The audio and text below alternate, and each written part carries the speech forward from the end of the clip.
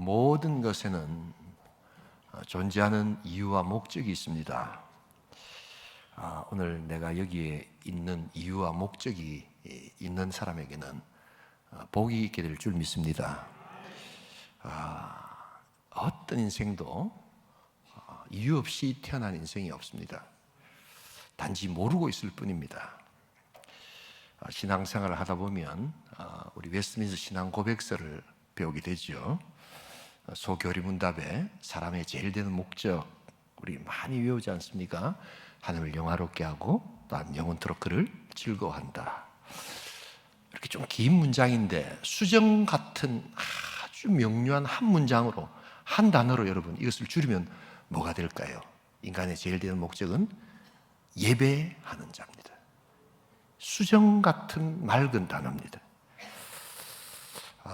오늘 이사야는 우리의 존재 목적이 스스로 존재하지 않고 하나님에 의해서 지음받고 찬양과 경배드리기 위해서 지음받았다라고 이렇게 이야기합니다. 이 삶의 존재 목적을 내 삶 깊숙한 내 인격으로 또한 받을 수 있기를 주님의 이름으로 축복합니다. 미국의 그 대통령 연설 중에 가장 많이 인용되고 가장 많이 이렇게 알려진 위대한 연설이 있죠. 우리 링컨 대통령의 게티스버그 애드레스입니다. 잘 아시죠? Government of the people, by the people, for the people. 사람에 의한, 국민이라고 하기도 하고 인민이라고 하기도 하고 그렇게 번역이 됩니다만 국민으로 하십시다. 국민에 의한, 국민을 또한 위한 국민의 정부다. 그렇게 이야기합니다. 그런데 여러분, 이 내용이 어디서 나온 내용인 줄 아십니까? 이게 바로 오늘 이 이사야서에 나온 문법 구조로 그대로 되겠습니다. Man, 영어의 대문자로 man 하면 사람이란 뜻이지 않습니까? 사람은 어떤 존재인가? Man of the God, by the God, for the God. 사람이란 존재는 하나님에 의해서, 하나님을 위하여, 바로 하나님으로 창조되었다라고 하는 것입니다. 이것을 여러분 꼭 기억해야 합니다. 창세기에 보시면 사단이 인간에게서 빼앗으려고 했던 핵심이 뭔 줄 아십니까? 바로 선악과를 따먹음으로 말미암아 하나님과의 교제, 그것을 빼앗으려고 했는데 그 궁극에는 예배를 빼앗으려고 했던 것입니다. 자기가 결정을 하면 뭔가 자유롭게 될 수 있을 것이다. 내가 나를 예배하고 내가 나를 찾게 되면 나는 자유자가 될 것이다 라고 생각하면서 하나님과의 예배를 분리시킬 때 인간은 하나님의 형상을 잃어버리게 되었습니다. 모래성처럼 무너지는 인간의 처절함, 그것은 예배의 처절함이었습니다. 여러분, 그렇기 때문에 회복될 때 제일 먼저 중요하게 생각할 것은 예배 회복입니다. 모든 회복, 신앙생활하면서 내가 좀 회복돼야 되겠다. 여러분, 육신의 회복보다 더 중요한 것이 예배 회복입니다. 내 신앙생활이 예배를 제대로 드리고 있는가를 가장 먼저 점검해 보아야 합니다. 예배가 있고 난 다음 전도가 있는 것입니다. 여러분, 이 예배 회복이 계속해서 있어질 수 있기를 소원합니다. 예배를 제대로 드리고 계시는 분들도 내가 예배 회복을 위해서 계속해서 자기 스스로를 점검해 보아야 합니다. 예배에 대해서 멀어질 때 그것은 곧 하나님께로 멀어지는 것임을 알아야 합니다. 예배를 소홀히 하면서 내가 신앙생활을 잘한다, 그것은 아주 왜곡된 신앙입니다. 그러기에 우리의 삶과 인간의 회복은 예배의 회복에서부터 시작되는데 그것은 하나님과의 관계 속에서 시작되는 것이다. 여러분, 성경을 이렇게 우리가 읽을 때는 어떤 관점이 있습니다. 그래서 여러 가지 관점, 구속사적인 관점이 있고 언약적인 관점이 있고 이 예배학적인 성전의 관점이 있고 다양한 관점을 우리가 알 수 있게 됩니다. 그런데 사실은 이 성경의 예배적 관점에서 성경을 읽어보시면 창세기부터 요한계시록까지가 하나로 완전히 꿰뚫어집니다.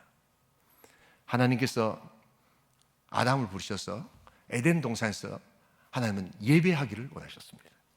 그런데 예배가 깨어졌죠. 그리고 하나님께서 다시 그 예배를 회복시키기 위해서 아브라함을 부르십니다.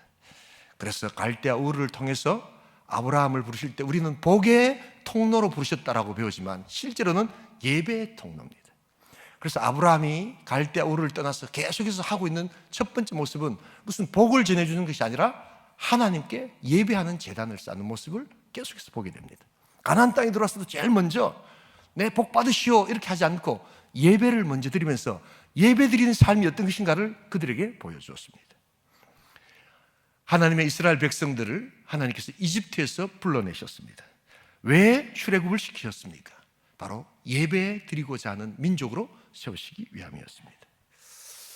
십계명도 여러분 여러 관점에서 여러분 우리가 알 수 있습니다. 그래서 목사님들이 십계명을 가지고 이야기할 때 설교를 하실 때 목사님들의 설교를 잘 들어보시면 그 목사님이 가지고 있는 관점이 있습니다. 그래서 똑같은 말인데도 이렇게 다르게 설명을 하는 경우가 있습니다. 그냥 아주 우리가 잘 아는 관점에서는 이렇게 예배를 율법과 은혜의 관점에서 설명하기도 하고요. 요사이는 존재론적 관점에서 우리 하나님께서 계시는 하나님 아닙니까? 우리 하나님의 이름이 뭡니까? 하나님 이름이 계신다라는 뜻입니다. 쉽게 말하면 있다라는 뜻이거든요. 그래서 있느냐 없느냐의 관점에서 이 십계명을 설명할 수 있습니다. 언약의 관점에서도 십계명을 설명할 수 있습니다. 그런데 여러분 예배의 관점에서 이 십계명을 보시면 가장 정확하게 예배의 십계명을 이해할 수 있습니다. 1계명부터 3계명까지가 뭡니까? 바로 예배의 대상, 예배를 누구에게 드려야 되느냐?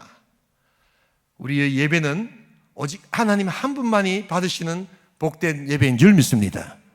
그러기에 하나님 외에 드리는 모든 예배가 우상의 예배요, 인간이 아무리 위대하다 할지라도 인간은 결코 예배의 대상이 될 수 없다는 것을 분명히 보여주죠.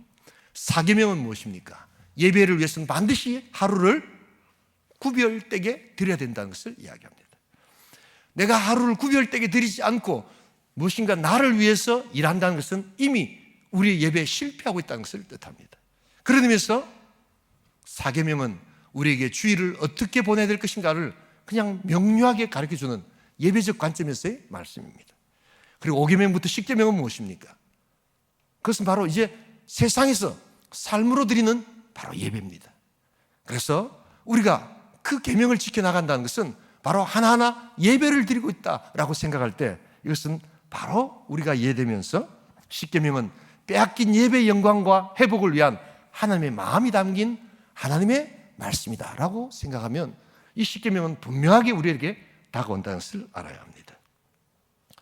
이 예배적 관점에 분명한 10계명이 여러분들의 마음과 삶 가운데 있기를 주님의 이름으로 축복합니다. 바로 우리의 모든 회복의 출발은 예배 회복의 출발한 것을 알아야 합니다. 이렇게 금요일만 되면 저는 막 이 시간이 사모가 돼요. 많은 경우에 저도 목사지만 은혜를 받아야 되거든요. 저도 말씀을 듣고 저도 체험을 받아야 되거든요. 그런데 이렇게 귀한 찬양을 통해서 또한 귀한 목사님들이 오셔서 말씀을 전해 주실 때 얼마나 큰 도전과 은혜가 되는지 몰라요. 예배 회복 가운데 우리 신앙의 회복이 있기를 주님의 이름으로 축복합니다. 여러분, 그래서 이 시간을 사모하는 겁니다. 이 시간을 사모해서 찬양 가운데 가시는 하나님을 우리가 만나는 것입니다. 그 찬양 속에 우리가 두 손 들고 주님을 향해 나아갈 때 하나님께서는 우리에게 임재하시고 하나님께서 힘을 주시는 것을 보게 됩니다. 회복된다는 것을 알게 됩니다. 우리 지난주에 진군식이 있었습니다. 여러분, 진군식은 왜 해야 하고 무엇 때문에 하는 것이며 진군식의 근본 목적은 무엇일까요? 그것은 바로 우리가 이동하면서 예배 드리겠다는 고백의 표시입니다. 구약 성경을 읽어보시면 여러분, 이스라엘 백성들은 가나안 땅을 향해서 계속 진군하지요. 그런데 동서남북으로 12지파가 딱 이렇게 형태를 가지고 있는데 그 중앙에 뭐가 있습니까? 언약궤가 있습니다. 다 우리 지나간 이야기라서 말씀을 드리는데 저는 이번에 제가 심사위원을 하라고 하는데 거절했습니다. 혹시라도 들어가서 이렇게 제가 하면 너무 지역에 이렇게 편애하는 것 같아가지고 저는 하지 않겠다고 이야기를 했습니다. 그런데 지나놓고 난 이야기입니다만 이 3지역이죠. 언약궤를 만들어서 들고 들어오더라고요. 보니까 놀랍습니다, 여러분. 적어도 진군식의 핵심을 삼지역은 알고 있었다는 겁니다. 그 언약의 가장 신실하신 하나님의 능력이 그 진군 가운데 중앙이 움직일 때 모든 것이 움직입니다. 동서남북의 사방이 이스라엘 백성들이 움직일 때 언약궤가 움직이는 것이 아니라 언약궤가 움직일 때 이스라엘 백성들이 움직이게 될 줄 믿습니다. 언약궤가 멈출 때 이스라엘 백성들이 멈추는 것이고 바로 그것이 예배하는 자의 예배였다.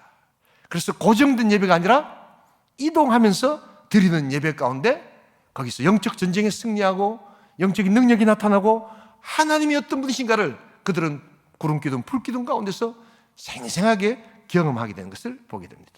그러기에 그 예배 복된 역동성이 있기를 주님의 이름으로 축복합니다. 예배자들은 그래서 그의 삶 가운데 역동성을 느끼는 거예요. 바로 우리의 집단, 우리의 교회, 우리의 가정 여러 명이 모였을 때 바로 그 중심에 우리의 예배가 있기를 주님의 이름으로 축복합니다. 그래서 모든 교회 중심에는 예배가 살아있어야 됩니다. 전도도 예배하는 자들이 전도하지 예배를 소홀히 하는 자들은 결코 전도하지 않습니다. 아무리 전도를 강조해도 하나님과의 관계 속에서 온전한 예배를 드리는 자들이 하나님 앞에 나아가서 삶의 예배를 통해서 전도하게 된다는 것을 알아야 한다는 것입니다. 쓰러진 한 인생을 회복시킬 때 가장 대표적인 예가 바로 요한복음 4장에 나오는 수가성 여인입니다. 모든 삶이 찌그러졌고 모든 삶이 또한 계도를 이탈했고 모든 삶이 슬픔이 있었고 모든 삶이 손가락질 받으며 그가 소외된 삶을 살 때 회복될 수 있었던 유일한 방법은 무엇입니까? 바로 예수를 만나고 결국 요한복음 4장에서 그 여인에게 회복을 주시면서 주님께서 마지막으로 하셨던 말씀이 무엇입니까? 하나님은 예배하는 자를 찾으시느니라. 예배하는 자를 찾으시느니라. 수가성 여인의 회복에는 예배 회복이 있었다는 것을 알아야 합니다. 예배 회복이 있을 때 그는 딴 물동이를 버려두고 다시 그 마을로 들어가서 예수를 증거하고 있음을 보게 된다는 것입니다. 여러분, 여러분들의 삶 가운데 모든 회복의 출발에 예배가 있기를 주님의 이름으로 축복합니다. 온전한 예배를 드리고 있는 분들은 계속해서 이것을 점검해야 합니다. 나는 오늘 온전한 예배를 하나님께 드리고 있는가? 예배를 사모하여 찬양을 사모하여 정말 이 밤에 나와서 하나님 앞에 두 손 높이 들며 내 마음을 드리고 있는가? 여러분, 우리가 마라나타 주님 다시 오시기를 기다리며 우리 새하늘과 새 땅의 또한 도래를 기다립니다. 여러분, 새하늘과 새 땅의 도래의 핵심이 무엇입니까? 거기서 뭘 하겠다는 것입니까? 영원토록 그를 즐거워하며 뭐 하시는 것입니까? 예배하는 것입니다. 여러분, 그렇기 때문에 이 예배적 관점에서 창세기부터 요한계시록은 하나로 일관되게 역사하는 하나님의 마음과 주제가 담겨 있음을 잊지 말아야 합니다. 우리의 예배가 하늘 하나님의 반석 위에 있기를 주님의 이름으로 축복합니다. 가정도 교회도 모든 것이 회복될 때 그 심령도 예배 회복이 있어야 합니다. 그러기에 오늘 이 밤에 여러분, 우리가 기도하며 예배 회복을 위해서 우리가 또 기도하십시다. 그리고 우리의 교회가, 우리의 가정이, 우리의 나라가, 온 열방이 하나님을 예배하는 그 예배 가운데 가시는 놀라운 역사를 상상하며 우리가 나아갈 때 우리가 이 코로나 가운데서도 정말 코로나의 어려움은 다른 어려움이 아니었어요. 예배를 제대로 드리지 못하는 바로 그 어려움이었지 않습니까? 그래서 그것이 회복될 때 가장 먼저 회복돼야 될 것, 그것은 바로 예배 회복임을 우리가 알아야 합니다. 오늘 우리가 이 밤에 그러하기에 이제 예배를 받으시는 하나님, 우리의 예배를 또한 회복하기를 원하시는 하나님 앞에 우리 기도하는 복된 밤 될 수 있기를 주님의 이름으로 축복합니다.